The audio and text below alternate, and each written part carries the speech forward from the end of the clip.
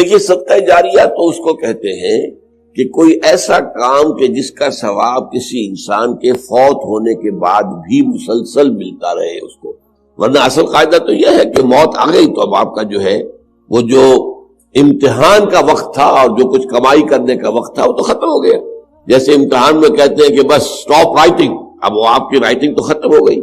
البتہ بعض اعمال ایسے ہیں کہ جن کے اثرات بعد میں بھی پھیلتے رہتے ہیں، اچھے اثرات، تو اس کے جو ہے اللہ تعالیٰ کی طرف سے اس کا ثواب بھی اس شخص کے مرنے کے بعد بھی اس کے حساب میں درج ہوتا رہتا ہے. بہترین صدقہ جاریہ نیک اولاد ہے. اگر آپ نے اپنی اولاد کی پرورش صحیح کی ہے، انہیں مسلم اور مومن بنا کر اٹھایا ہے، وہ اللہ کے فرما بردار متقی بندے ہیں، تو یہ جو ان کا وجود ہے، ان سے جو بھی نیکی پھیلے گی، ان سے جو آگے تقویٰ پھیلے گا، ان سے جتنا بھی بھلائی کا آگے فروغ ہوگا اس کا ثواب آپ کو ملتا رہے گا. تو سب سے بڑا صدقہ جاریہ جو ہے وہ نیک اولاد ہے. اب اس کے علاوہ ایک صدقہ جاریہ مثلاً یہ کہ ایک شخص نے ایک دینی جو ہے درسگاہ قائم کر دی، زمین وقف کی، عمارتیں بنائی، دینی درسگاہ. اب یہ درسگاہ جب تک چلے گی اس کے حساب میں جو ہے اس کی نیکیاں جو ہے درج ہوتی رہے گی. اسی طرح دعوت و تبلیغ کا کام ہے. آپ کی دعوت و تبلیغ کے نتیجے میں جن لوگوں کو بھی ہدایت نصیب ہوئی، اب ان کی نیکیوں کا بھی اجر و ثواب آپ کو بھی ملتا رہے گا. اور وضاحت کے ساتھ کہا گیا ہے بغیر ان ينتقص من اجرہ شیء، وہ جو نیکی کریں گے ان کے اجر میں کوئی کمی نہیں ہوگی. یہ نہیں ہوگا کہ ان کے اجر میں سے جو ہے وہ دعوت اور تبلیغ کرنے والے کو اجر ملے گا، بلکہ یہ کہ اس کا اجر بھرپور اس کو ملے گا، اور اس کو اضافی طور پر جو اس کو ملے گا. تو یہ ہے خیر کا کوئی کام غریبوں کے لیے، عوام کے لیے، جیسے پرانے زمانے میں ہوتا تھا کہ پل بنا، چاہ بنا، مدرسہ، تالاب بنا.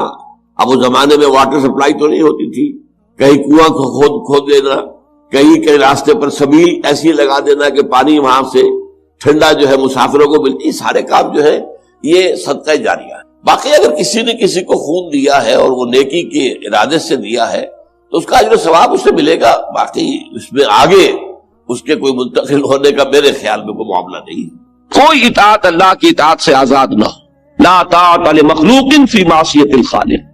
مخلوق میں سے کسی کی کسے باشد، والدین ہو، وہ بیوی کے لیے شوہر ہو، شوہر کے لیے بیوی ہو، اساتذہ ہو، پیر و مرشد ہو، کسے باشد، حاکم ہو، حکمران ہو، کوئی بھی ہو، کسی کا حکم بھی نہیں مانا جائے گا اللہ تعالیٰ کے حکم کے خلاف. کسی ایسے معاملے میں جہاں اللہ کے حکم کی خلاف ورزی لازم آ رہی ہو. یہ حضور صلی اللہ علیہ وسلم نے اس کو جس طرح جامع الفاظ میں انشیٹ کیا وہ میں نے آپ کے سامنے بیان کیے کہ لا طاعت لمخلوق فی معصیت الخالق. یہ بڑا واضح ایک سٹیٹمنٹ ہے کہ مخلوق میں سے کسی کی اطاعت نہیں ہے جس میں کہ خالق کی معصیت لازم آ رہی ہے. جہاں خالق کی معصیت نہیں ہے اطاعت کیجئے، اولو الامر کی کیجئے، اپنے بڑوں کی کیجئے، بزرگوں کی کیجئے، اساتذہ کی کیجئے، والدین کی کیجئے، بیوی شوہر کی کرے. لیکن یہ ہے کہ جہاں اللہ کا حکم آ جائے وہاں وہ اطاعت کا معاملہ جو ہے کسی اور کی اطاعت کا وہ ختم ہو جائے. اسی طریقے سے محبت کو اللہ کے لیے خالص کر لینے سے مطلب یہ نہیں ہے کہ کسی اور سے محبت نہ ہو.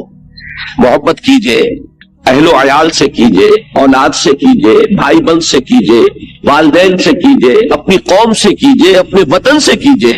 یہاں تک کہ کوئی اگر مال و اسباب دنیا میں سے کوئی شے آپ کو پسند ہے تو قطعاً حرام نہیں ہے، لیکن تمام محبتیں اللہ کی محبت کے تابع ہو جائیں.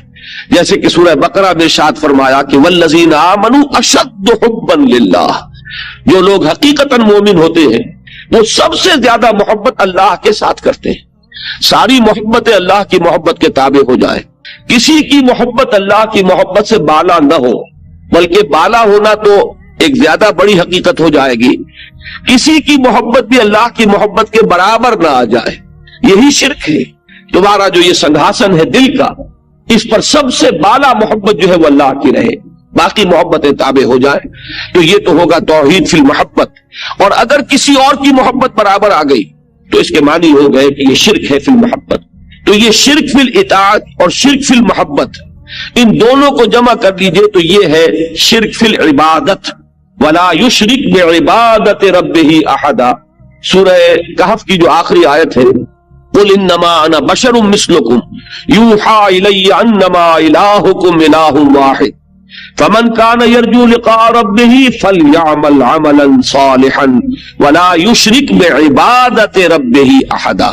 یہ اللہ تعالیٰ کی بندگی میں شرک نہ کرنا، اللہ کی عبادت میں کسی کو شریک نہ ٹھہرانا، یہ ہے در حقیقت شرک. توحید فی العمل، توحید فی العمل کا تقاضا ہے کہ صرف ایک اللہ کے بندے بن جاؤ، تمہارا مطلوب و مقصود وہ ہو، تمہارا محبوب حقیقی وہ ہو، تمہارا معبود حقیقی وہ ہو، تمہارا مطاع حقیقی وہ ہو، ساری اطاعتیں اس کی اطاعت کے تابع، ساری خواہشات اس کے احکام کے تابع، ساری محبتیں اس کی محبت کے تابع.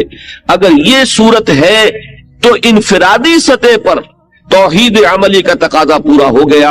اور اگر یہ نہیں ہے تو ایک آدمی عقیدے کے طور پر اللہ کو ایک مان رہا ہو، اس کی صفات میں بھی کسی کو ساجی نہ کر رہا ہو، تب بھی اس کی توحید حقیقتاً مکمل نہیں. اس بات کی طرف میں نے اشارہ کیا تھا، شاید آپ کو یاد ہو کہ حضور کے معروف خطبات میں یہ الفاظ آتے ہیں کہ یا ایھا الناس وحد اللہ، اللہ کی توحید پہ زیادہ سے زیادہ کاربند ہونے کی کوشش کرو. یہ لفظ توحید باب تفعیل سے بنا ہے. عربی زبان میں جو مصدر باب تفعیل سے آتے ہیں، جو عربی زبان سے مناسبت رکھنے والے لوگ ہیں وہ جانتے ہیں کہ اس کا ایک خاصہ ہے پہم کسی کام کو کیے چلے جانا، مسلسل کوشاں رہنا. جیسے تعلیم، کسی کے ذہن میں کوئی بات اتارنے کے لیے مسلسل کوشش، ہیمر کیے چلے جانا. ایک اعلام ہے، کسی کو کوئی چیز بتایا اور آپ فارغ ہو گئے، آپ کی ذمہ داری ختم ہو گئی، یہ اعلام ہے، بتا دینا. اور تعلیم یہ ہے کہ اسے سمجھانا ہے، اس کے ذہن نشین کرنا ہے، اس کا اگر کوئی اشکال ہے اس کو رفع کرنا ہے، اس کا کوئی سوال ہے اس کا جواب دینا ہے، کہیں ابہام ہے تو اس کی وضاحت کرنی، یہ تعلیم ہے. اسی وزن پر لفظ توحید ہے جس سے فعل امر حضور نے استعمال فرمایا وحد اللہ فإن توحید راس الطاعات.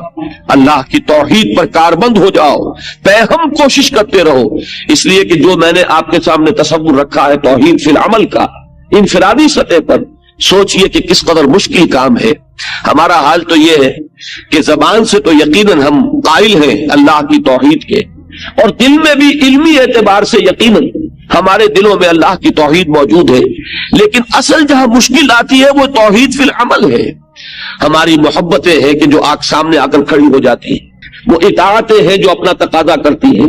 ہمارا اپنا نفس خود ہم سے تقاضا کرتا ہے، میرا کہنا ماننا ہوگا، میرا حکم جو ہے اس کو تسلیم کرنا ہوگا. میں نہیں جانتا کہ کیا اللہ کا حکم اور کیا رسول کا حکم، کیا واجب ہے اور کیا حرام ہے.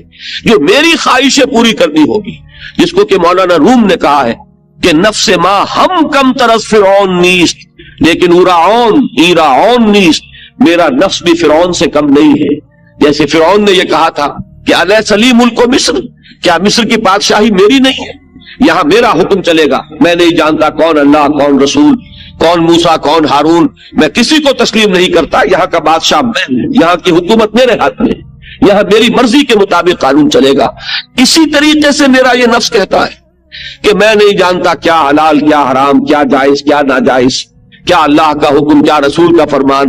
میری جو خواہش ہے وہ پوری کرنی ہوگی.